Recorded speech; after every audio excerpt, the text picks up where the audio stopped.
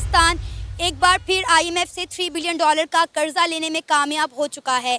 लेकिन मुझे नहायत अफसोस के साथ कहना पड़ रहा है कि पाकिस्तान आईएमएफ से कर्जा लेने वाला चौथा बड़ा मुल्क बन चुका है। पाकिस्तान आईएमएफ का चौथा बड़ा मकरूज बन चुका है। $3 बिलियन आईएमएफ से भीख मिलने के बाद जो पाकिस्तान में मिठाइयां बांटी गई हैं, पाकिस्तानी प्राइम मिनिस्टर जिनका यह कहना था कि बेगर्स कांट बी चूजर्स, यानी कि भिखारी हैं पाकिस्तानी अवाम को, उन्होंने बोला था। और अब जो है भीख मिलने पर वो होशियां नहीं बनाएंगे तो भाई क्या करेंगे? क्या समझते हैं आप? लोन्स पे लोन ले जा रहे हैं, $10 बिलियन का पाकिस्तान के ऊपर कर्जा हो गया है। $10 बिलियन का कर्जा हो गया। पाकिस्तान आईएमएफ से कर्जा लेने वाला चौथा सबसे बड़ा मुल्क बन गया।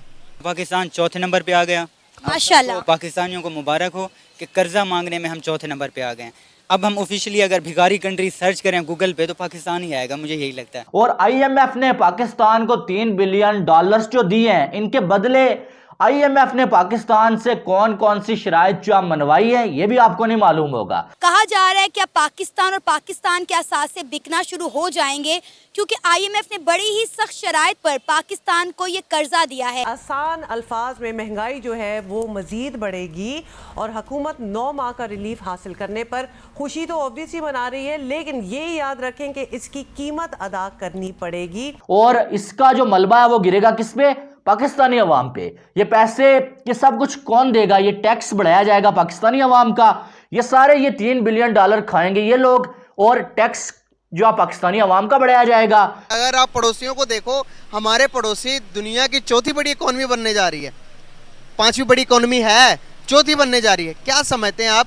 क्या हमारे मुकद्दर में यही चीजें लिखी है कि हमने लोन पे लोन लेते रहना? जय हिंद दोस्तों, स्वागत है आपका हमारे यूट्यूब चैनल भारत बुलेटिन पर। दोस्तों, पाकिस्तान को आईएमएफ ने $3 बिलियन का भीख दे दिया है और अब पाकिस्तान में खुशी से मिठाइयां बढ़ रही है। इसी के साथ पाकिस्तान आईएमएफ से लोन लेने में दुनिया की चौथी बड़ी मुल्क बन गया है। मगर ये खुशी ज्यादा दिन टिकने वाली है नहीं। दरअसल आईएमएफ ने पाकिस्तान को भीख तो दे दिया, मगर उसी के साथ कुछ शर्तें भी लगा दी है। तो दोस्तों, आईएमएफ ने पाकिस्तान के सामने क्या शर्तें रखी है, आइए जानते हैं इस वीडियो में। और दोस्तों, हमारे चैनल को लाइक, शेयर एंड सब्सक्राइब करना ना भूलें। धन्यवाद और शुभकामनाएं। पाकिस्तान आईएमएफ से कर्ज लेने वाले मुमालिक में चौथे नंबर पर पहुंचने वाला है। जी हां, आईएमएफ की जानिब से जारी करता एदाद-ओ-शुमार के मुताबिक 31 मार्च 2023 को पाकिस्तान का शुमार आईएमएफ से सबसे ज्यादा कर्ज लेने वाले मुमालिक की फहरिस्त में 5वें नंबर पर किया गया था। गुज़िश्ता दिनों स्टैंड बाय अरेंजमेंट के तहत आइंदा 9 माह में मजीद $3 अरब का कर्ज वसूल करने के बाद पाकिस्तान इन मुमालिक की फहरिस्त में चौथे नंबर पर आ जाएगा। तो जनाबे वाला, आपको मालूम है कि आईएमएफ से बड़ी मिन्नतें और तरले करने के बाद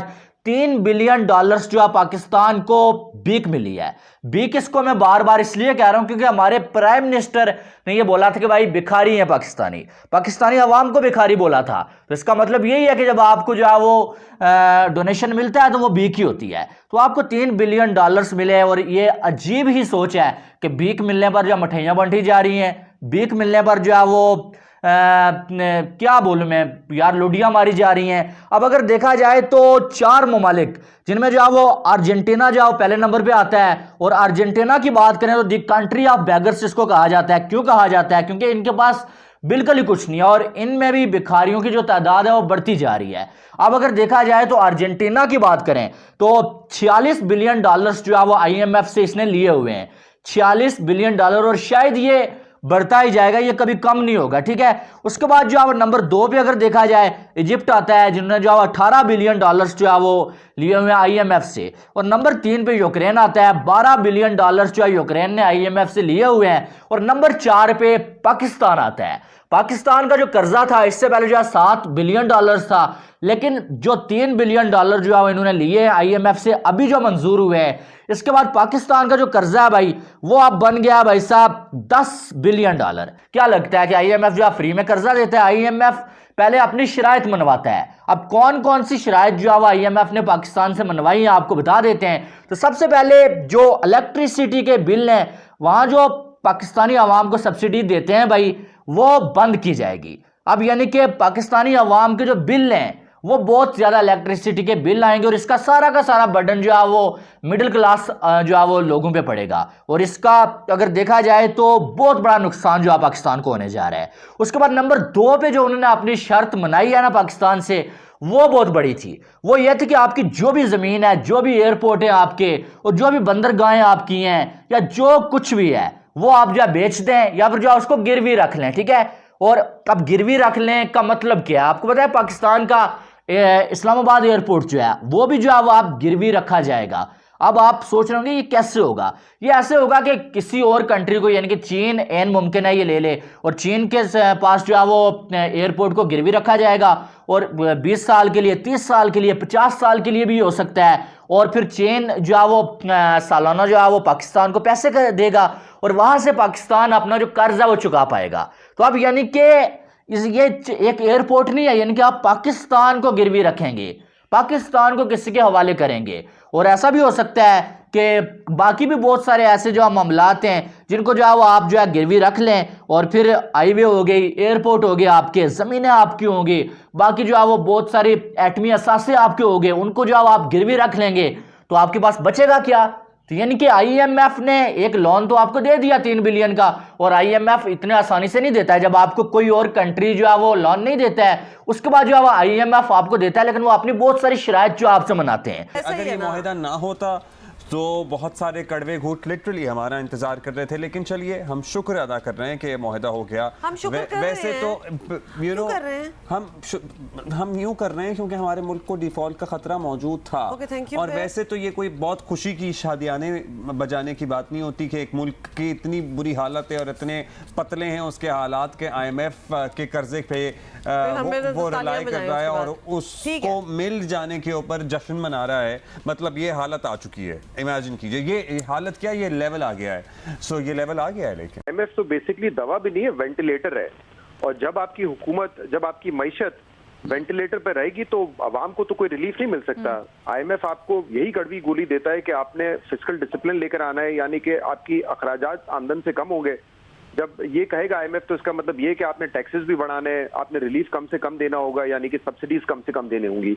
अब पाकिस्तान का मसला ये है कि 22-23 IMF प्रोग्राम में हम जा चुके हैं, ज्यादातर उसमें से एक के अलावा जो सागदार साहब के दौर में था, कोई IMF प्रोग्राम हमने कंप्लीट भी नहीं किया है।